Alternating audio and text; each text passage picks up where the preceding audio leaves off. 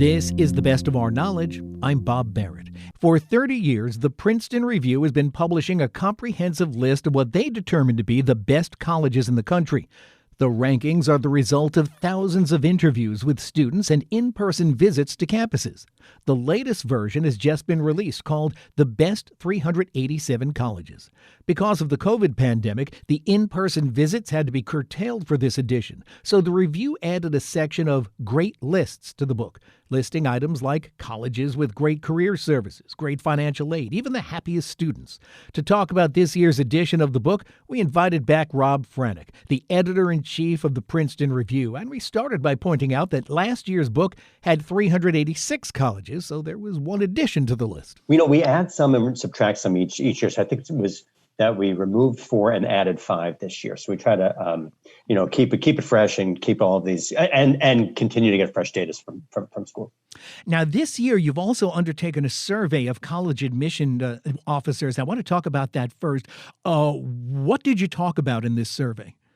Well, a couple of different things. We launched the survey end of July, the 22nd of July, and we ended it on August 5th. And it was really college administrators giving their guidance on what was going to happen for reopening plans, COVID policies on campus, mandates or not mandates of vaccination policies on campus. So things that students and parents likely would need to know for fall of 2021, but that so many high school students and their parents who are still in high school, are hoping to know for the next academic year. So it's been really interesting. I think just to give some personal solace to folks out there, should they be showing up to campus this week, or a lot of students came onto campus last week, that 96% of the administrators said that classes were going to be, or school was going to open for in-person classes, but those classes were likely going to be hybrid.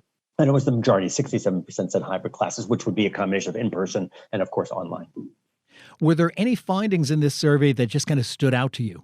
One, that 96% of campuses that were going to reopen was so stark because the last year it was 75% less for the fall of 2020. And I know, and Bob, you and I spoke about this in the past, but still when the numbers reveal, even for a guy like me that's been talking about education for a long time, it still feels tectonic, but such a breath of solace for so many students, parents, but also administrators, faculty members, and other staff on college campuses across the country.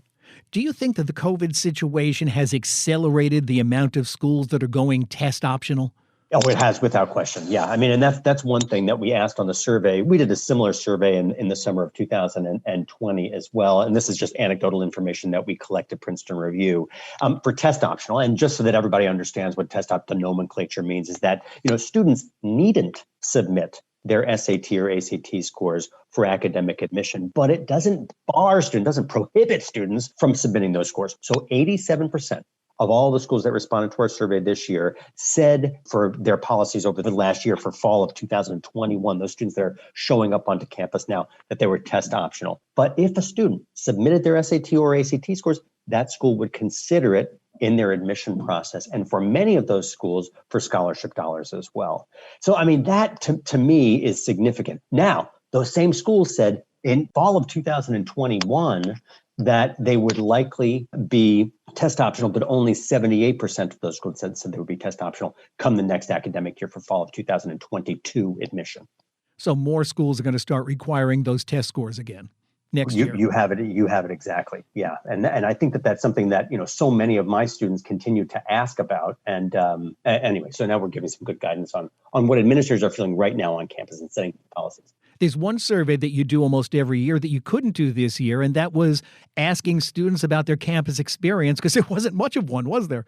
You're right. I mean, this is the 30th year we've been putting out this book, and obviously the new edition for the best 387 colleges. But the previous 29 editions were all based on student surveys about their experiences on campus, academically, quality of life, food, residence halls, everything that would likely affect a student's quality of life.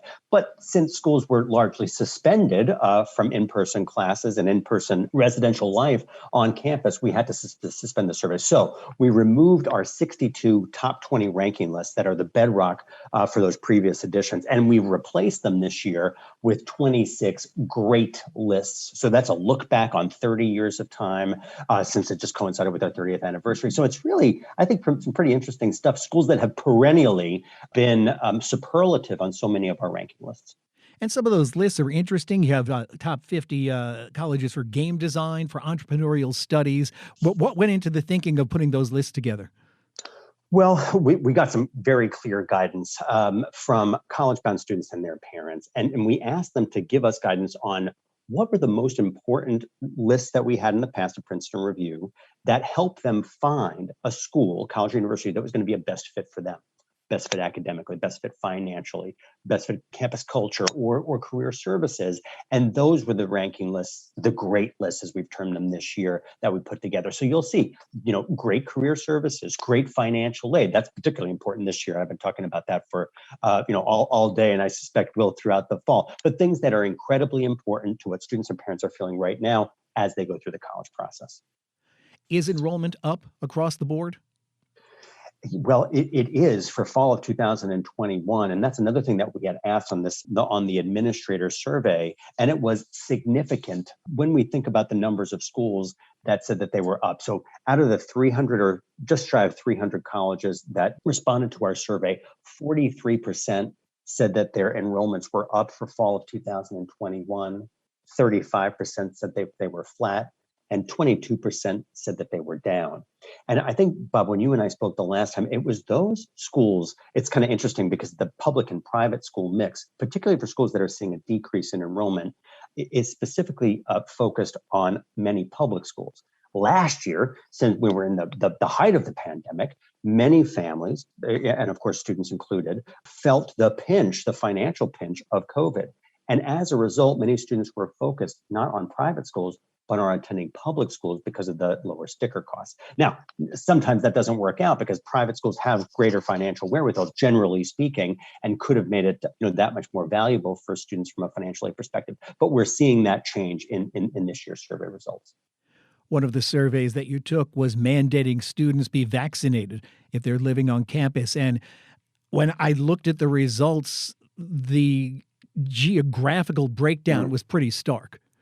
It is pretty stark. You're right. Overall, it's 64% of all campuses that we had surveyed said that they were requiring a mandate for vaccines for all students on campus. But you're right. It's the regional differentiation that's so interesting. 88% of schools in the Great Northeast are embracing the vaccination mandate. Only and on the low side of the fence, Southeastern schools, 48% said they were embracing the mandate. So, and now we have a nice regional representation, 5 different regions, but those were the lows and the highs.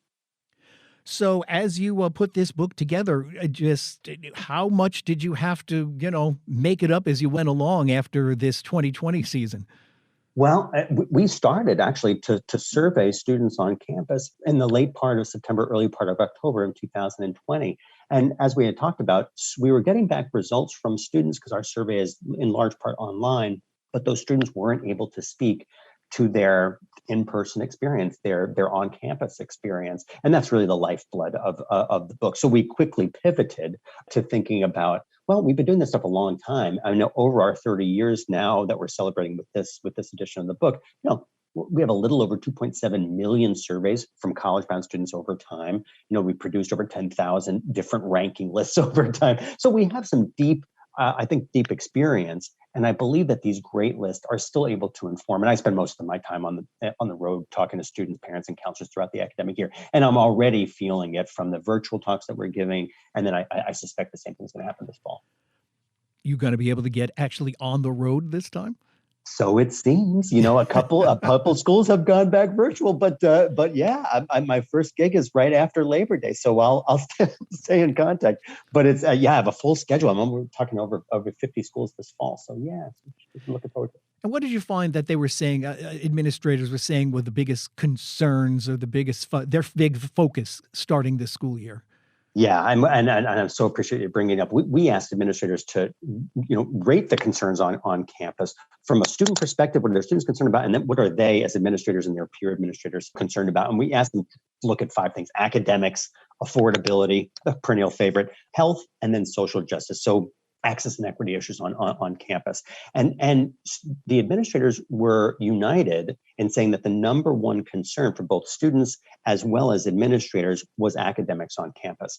But as we talked about before, it's not the regional difference here that's interesting. It's the public and private school difference that's interesting. So some private schools in certain regions voted academics as number one, and some focused on affordability for students. And similar numbers for administrator surveys: academics, and then of course health is a big concern for administrators. Any of them talking about retention, just getting students back who might not have come back in 2020? Well, they are, and the way that those administrators are talking about it is specifically through financial aid. As we know, affordability is so key, and I know many times that we've talked in the past, Bob. We talked about an annual survey that we have at Princeton Review called College Hopes and Worries. This past March was the 17th annual edition of this data coming out. And the biggest concern for students and families is the amount of debt that they'd likely incur to pay for college, and then getting into their first choice schools, but families wouldn't be able to pay for it. So all around that financially and cost of college. But to answer your question, that is how I'm seeing that administrators are focusing on it. They're saying, listen, if you apply to our school and you're admitted, then there are any number of ways we can make it affordable for you as a family. Just last year alone, private schools were able to meet demonstrated financial need, 99%. Public schools at 91%. These are colossal numbers. And when I think about it, when I talk to young people and their families who might not be so sure if there's going to be money out there for them, I think that there is a warm kind of bear hug of solace there, and saying that there is financial aid both from the school as well as from the federal and state governments. That's Rob Franek, the editor-in-chief of the Princeton Review. This year's publication is called The Princeton Review's Best 387 Colleges.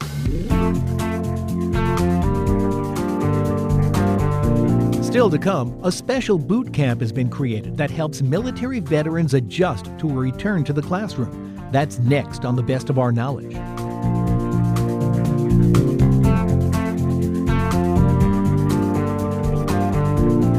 Got any questions or comments about The Best of Our Knowledge? Send them in. Our email address is knowledge@wamc.org. And if you'd like to listen to this or any past programs again, you can find them online at our flagship station's website. Just go to wamc.org and click on the programs link.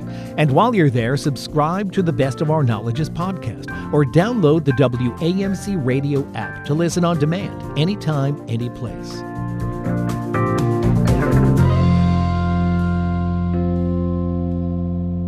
This is The Best of Our Knowledge. I'm Bob Barrett.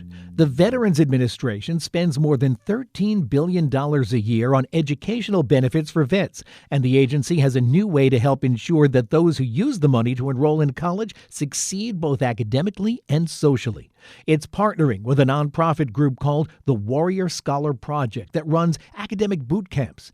Jay Price reports for the American Homefront Project. Yeah, we'll just create like a working draft, implementing some of the easy changes from last night. About a dozen veterans and active duty troops in a University of North Carolina classroom listen intently as Hillary Lithgow, an associate professor of English, helps them refine the essays they've been writing on the philosophical underpinnings of American democracy.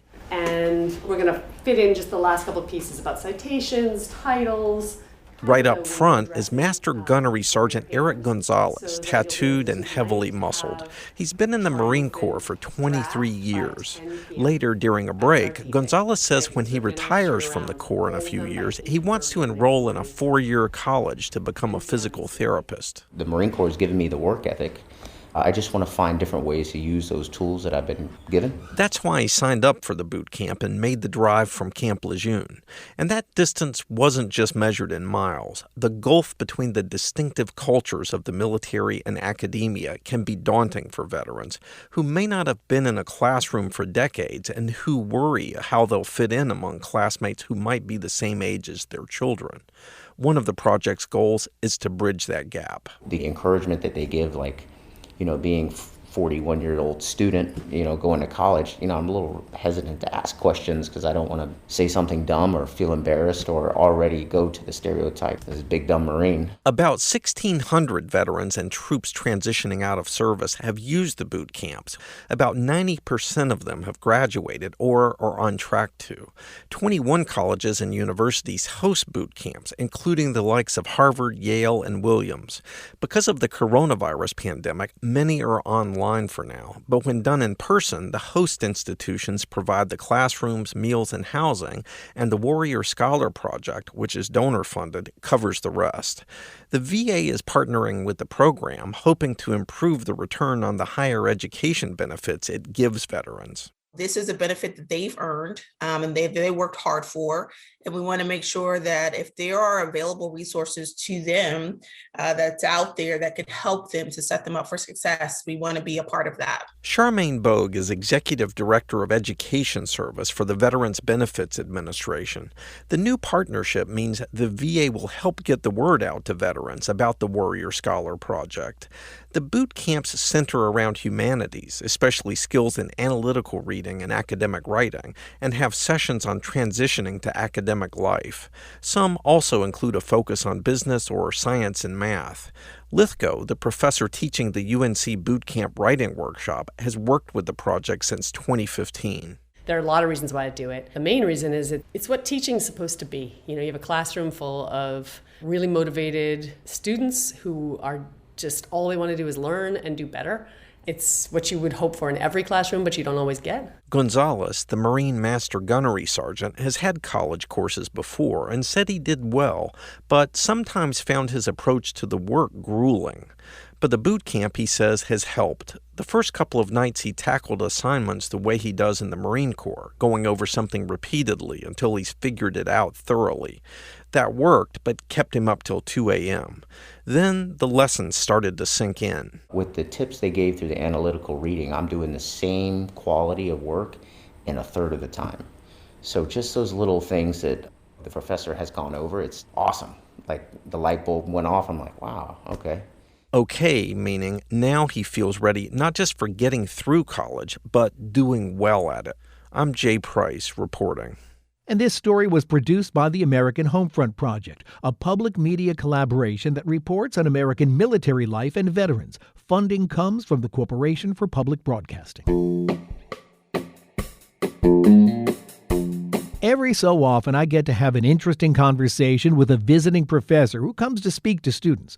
Earlier this month, that was Dr. Richard Doherty, a professor of politics at the University of Dallas. He was giving a talk for an annual Constitution Day address, and the topic was the Roman philosopher Cicero. I guess I would say, I've been teaching Cicero for, about 35 years now. What I find interesting about him is that he doesn't seem to have an agenda. He's not trying to hammer things down your throat. He typically writes dialogues as Plato wrote dialogues. And that the result of that is it compels you to think about what he's saying or what the characters in the dialogue are saying, rather than just sort of trying to figure out what it is he's saying and then repeating that as if it were like a school of philosophy that he is trying to start. So he is the first major Roman Latin thinker to engage in philosophic discussions. And so much of the language that we have in English, much of the philosophic language we have in English actually comes from Cicero's translation of Greek terms. So he was very influential. He was one of the major authors read by every educated person in the West for the last, 1,500 years at least. So he's had a significant influence on virtually every thinker and time frame that we can think of. And he was also quite the politician in his day, right? Yes, and I think that's part of what makes it really interesting, makes him really interesting as a read for us. That is, he's not simply someone who sits in a corner or in a study and writes. He was very much engaged, a leader, in fact, of the very late Roman Republic. As you read about his history, and I don't know if I'm just being influenced by the musical, but he seems to remind me of Alexander Hamilton. Yeah, that, I have not thought about that, but that's pretty interesting. Certainly in the sense that he was a thoughtful person who was very influential on major policy decisions being made at the highest level. That's certainly true, and a character, right? So someone who people criticized or defended, publicly. Made a name for himself. So we might, I guess, sometimes if you think about someone like Hamilton, today we tend to speak of people as sort of public intellectuals. Someone who's in the public sphere and writing and thinking and talking about such things, and in that way, they're certainly similar. Well, I thought of it, he writes like crazy, and he made a very bad political enemy, and it ended up killing him. Yeah, that's right. But one of the things I think that is interesting and important is, he makes an enemy, but he has a choice to make. The choice is between Pompey and Caesar. And so Pompey is the other leader of Rome, and it's clear that there is a battle that's going to happen between Pompey and Caesar. And Cicero chooses to go with Pompey. And the reason he does is he thinks that Pompey is right, that is, that his position is the just one, and that Caesar's is not. But that's a choice, I think, that everyone might think about, right? Because there are other people who might decide, well, I know that Caesar is wrong, but if I go with him, maybe I can lessen the bad things that he does, right? Maybe I can reduce the evil that might come from his rule. And so it really is a prudential decision, I think, at that point that you have to make, right? Will you do more good for Rome, right? Because that's clearly what he's thinking of, what Cicero's thinking of. Will you do more good for Rome by siding with the one who you think is right, sort of in standing on principle, we might say, or softening that a bit as a way of mitigating the evil that might be done by someone like Caesar? Now, in the end, Caesar actually pardoned Cicero, didn't he? And he did become part of that ruling class for a bit.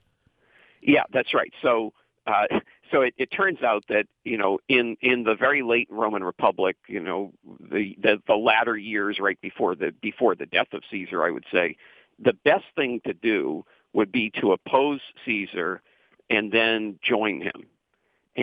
And he will give you a prime position in the government. That's just, what was the mark of Caesar was the mercy that he showed to his opponents, and really came to, if not trust them, at least reward them in a way for having abandoned their opposition to him. Unfortunately, Mark Antony didn't have that kind of thinking. No, Mark Antony did not take that approach, right? When you give and I imagine you've given this talk before, what do students latch on to? What do they want to know from you afterwards? Yeah, I guess the main thing would be, and certainly if we're thinking about our own circumstances and constitutional order, et cetera, what might we learn from not just Cicero, but the others who were around him at the time, because we are talking about the very, very end of the Roman Republic. And Cicero is in the position, I would say, of thinking that the Republic can be saved. It can be restored in some way. Maybe not exactly what it was like 10 years before that or 100 years before that, but something like that.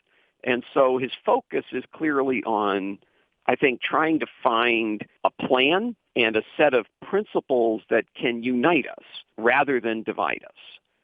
And given the divisions that we have in contemporary politics in America, I think that's an enticing, for many people, maybe not for everyone, those who are interested in perpetuating those divisions, but for many people, it's an attempt to find something where we can have a community.